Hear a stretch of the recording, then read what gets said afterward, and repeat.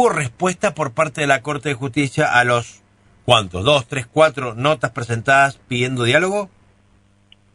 No, solo la respuesta dada a través de un diario local, que nos sorprende para mal, porque, bueno, el doctor Lima se ha manifestado enojado por una situación de que nosotros como que no hemos esperado al diálogo para tomar las medidas de fuerza, cosa que no está atada estrictamente a la realidad, porque, bueno, él hace referencia a que me dijo de que el lunes iba a recibir al sindicato, cosa que no es así, porque el mensaje yo lo tengo, y él solo me dijo: buen día, Sebastián, estoy en Buenos Aires para conferencia, no me dijo el lunes te recibo. Pero, sin embargo, acá la cuestión es que el acuerdo que nosotros criticamos está firmado el 19 de marzo. Y eso es lo grave de esta situación. Si en realidad el doctor Lima también dice de que estábamos en un diálogo permanente con la Unión Judicial, pero ese acuerdo no fue puesto a consideración, no fuimos avisados. Yo no digo que el sindicato tenga que intervenir en las acordadas. Yo lo que digo es que si estamos en un marco de diálogo, no pueden pretender que nosotros no tomemos acciones directas si no ha habido una comunicación previa de que iban a sacar ese acuerdo. Y más, si el día 2 de mayo yo advierto la situación al secretario administrativo la minimiza, dice que no es cierto el enojo. Después el doctor Lima me contesta que está en Buenos Aires, no me da la reunión urgente que yo le pido urgente reunión por la situación que estaba pasando. Entonces, eso por un lado. Y después las explicaciones que ha dado el presidente de la Corte en los distintos medios que ahora están saliendo a explicar, me habla de que no va a recibir al sindicato hasta que no cesen las medidas de fuerza. Luego dice que hay que jerarquizar a los administradores, y nosotros sostenemos que lo están sobre jerarquizando por dos motivos. Uno, porque los administradores, la gran mayoría, han recibido ya ascensos, en febrero algunos, otros en las acordadas anteriores, siempre han recibido ascensos y han llegado prácticamente casi todos a los escalafones más altos, a los cargos más altos que podían llegar en su escalafón, la mayoría de escalafones de funcionarios. Para, te tengo que cortar ahí, Estamos hablando de los administradores, me decís vos. Exacto. Los administradores, ¿cuándo fue creado el cargo de administrador? No es un cargo. ¿O qué es lo que es? ¿El lugar? Es una función. La función. ¿Cuándo fue creada la función de administrador, Sebastián? Con el sistema nuevo de oficina judicial. Bien. Con el sistema nuevo de la oficina judicial, el cual nosotros no cuestionamos desde su funcionamiento. Es más, lo que hemos hecho es aportar algunas, hemos venido aportando totalmente soluciones a algunas problemáticas que se daban, pero a la oficina judicial nosotros hemos sido un gremio que ha estado proponiendo soluciones a las cosas a través del diálogo, muchas veces no escuchadas, porque esta es la realidad. Pero cuando se habla de jerarquizar la función, el funcionario con un ítem que está bien, es temporal en el sentido de que el día de que el administrador deje de cumplir esa función, deja de cobrar ese ítem. Pero se habla de que tienen una responsabilidad mayor a la que tenían en el juzgado tradicional anteriormente. Pero acá hay una cuestión a la que quiero hacer referencia. Los funcionarios y magistrados hace mucho tiempo que se crearon por acordada un ítem de su recibo de sueldo que se denomina dedicación funcional y que lo cobran solamente los funcionarios y magistrados del Poder Judicial.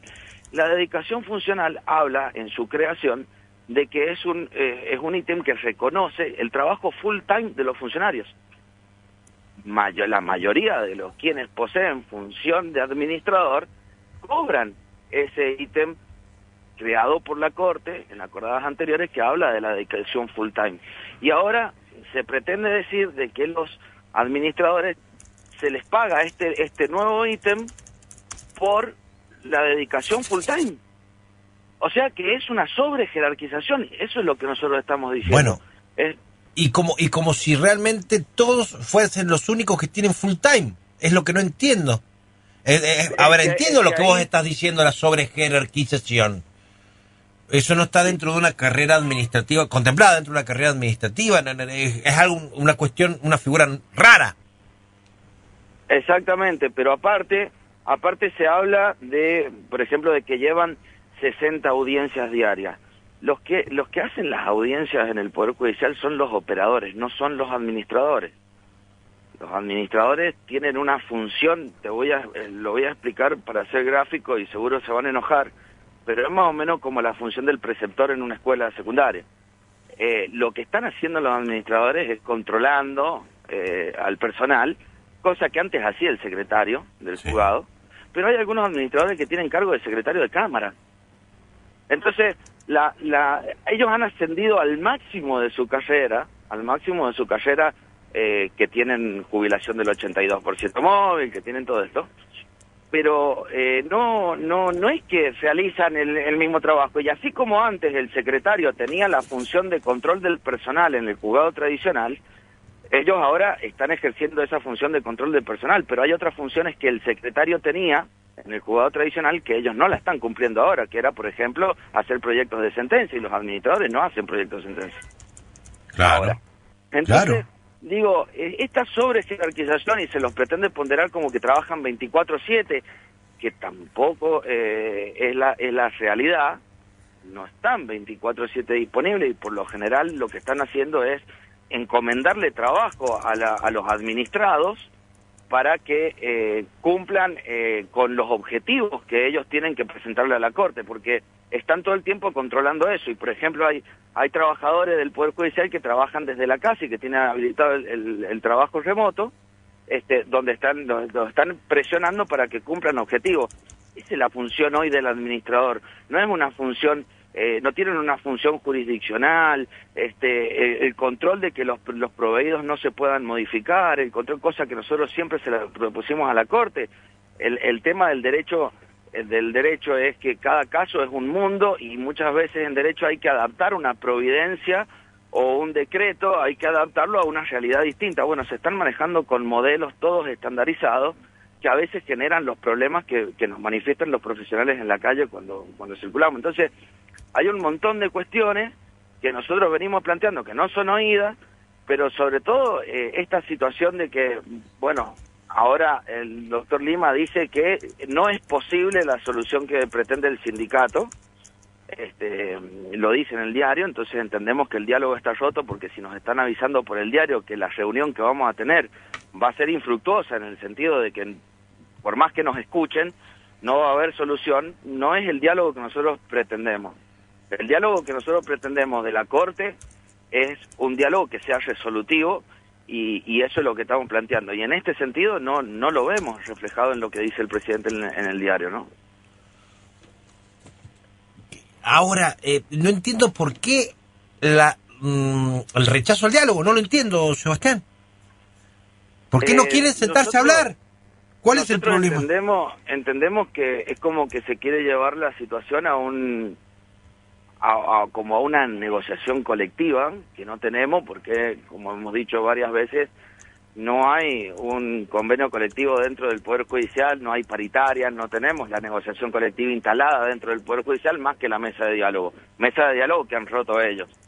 Claramente, porque no pueden enojarse, porque nosotros se enojan porque nosotros tomamos acciones directas supuestamente sin haber intentado el diálogo antes, pero la acordada está firmada el 19 de marzo. O sea, partamos de la base que el enojo no tiene mucho fundamento, más que a no ser que sea el enojo de la gente, porque es esta la situación de una acordada que primero dijeron que no iban a poner que no iban a hacer pública, y que luego de que la hicieron pública tampoco conocemos a quiénes alcanza, porque hablábamos de 14 administradores al principio, pero ahora nos vamos enterando no oficialmente de las cosas, de que beneficia a muchas más personas, pero no sabemos a quiénes.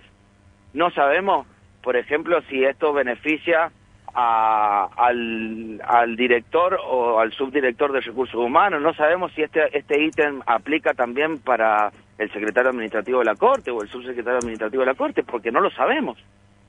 Entonces, cuando vemos esto, cuando vemos, por ejemplo, que hay cargos de dirección, que existe el cargo de director dentro del Poder Judicial, director de Recursos Humanos, subdirector de Recursos Humanos, esos cargos por lo general son rechazados por los profesionales abogados que integran la mayoría de las veces esos cargos, porque no están dentro de la jubilación del 82% móvil, el director del registro.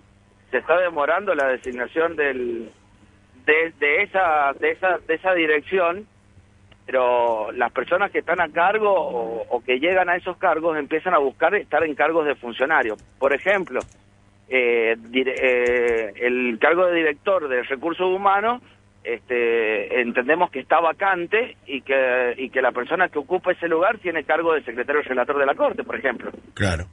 Por ejemplo. Entonces, claro, ese cargo de secretario relator sí está dentro de la jubilación del 82% móvil. Entonces, cuando hablamos de eso, de jerarquizar, ¿por qué se jerarquiza solamente a personas que ya están jerarquizadas? Que ya tienen una función específica y que se les está pagando inclusive un cargo de funcionario con estos beneficios que te digo. Entonces, los trabajadores que son los que realizan las audiencias, que son los que funcionan de operadores de las salas de audiencia, la gente de mantenimiento que tiene que ir un domingo a arreglar la luz en un edificio que se cortó la luz y que les avisaron que se cortó la luz y tienen que ir a arreglarlo un domingo, gente que cumple oficios y que a veces nos cuesta que le den la ropa que corresponde, los arquitectos que tienen que ir a controlar las empresas que trabajan los fines de semana y los feriados en las obras que está encarando la Corte. Esos arquitectos no están jerarquizados como para que o tendrían que haberlos jerarquizado en este momento. Entonces, cuando nosotros hablamos de la situación de injusticia que produce esta acordada 31, hablamos con fundamento y hablamos con lo que nos dice la gente en las asambleas y en cada uno de los lugares donde hemos ido. Entonces, los pasos que nosotros vamos a seguir vamos a convocar una asamblea. Esta tarde vamos a poner la fecha de la asamblea, donde vamos a intentar hacerla en un lugar que sea público pero que no interrumpa el tráfico, porque la verdad entendemos que son medidas que son antipáticas para la gente. Vamos a tratar de conseguir un lugar, una plaza, algo que nos autoricen también a poder montar sonido ahí, y vamos a pedir, y le hemos pedido al presidente de la Corte en este momento, el día de ayer hemos presentado una nota pidiéndole que nos garantice la participación de esa asamblea, porque en esa asamblea vamos a decidir si pasamos a un cuarto intermedio del plan de lucha para que la Corte nos reciba. Si la Corte tiene la intención de recibirnos, que nos reciba, y nosotros luego vamos a hacer otra asamblea para poner a disposición de la gente la respuesta de la Corte. Porque esto ya pasó, ya trasciende la instancia de diálogo, de mesa de diálogo, y ahora la decisión nosotros entendemos que la tiene la gente que nos ha venido apoyando en las manifestaciones, la gente a la que nosotros nos debemos, es la que tiene que decidir si aceptamos tener una audiencia con la Corte, si continuamos escalando en las medidas de fuerza, o si, y después si la Corte nos recibe, vamos a poner en consideración el resultado de esa reunión, porque si la Corte nos recibe y nos dice que no hay nada, y que no hay ninguna solución posible para los trabajadores y las trabajadoras, nosotros se lo vamos a comunicar a la gente, para que la gente decida qué hacemos.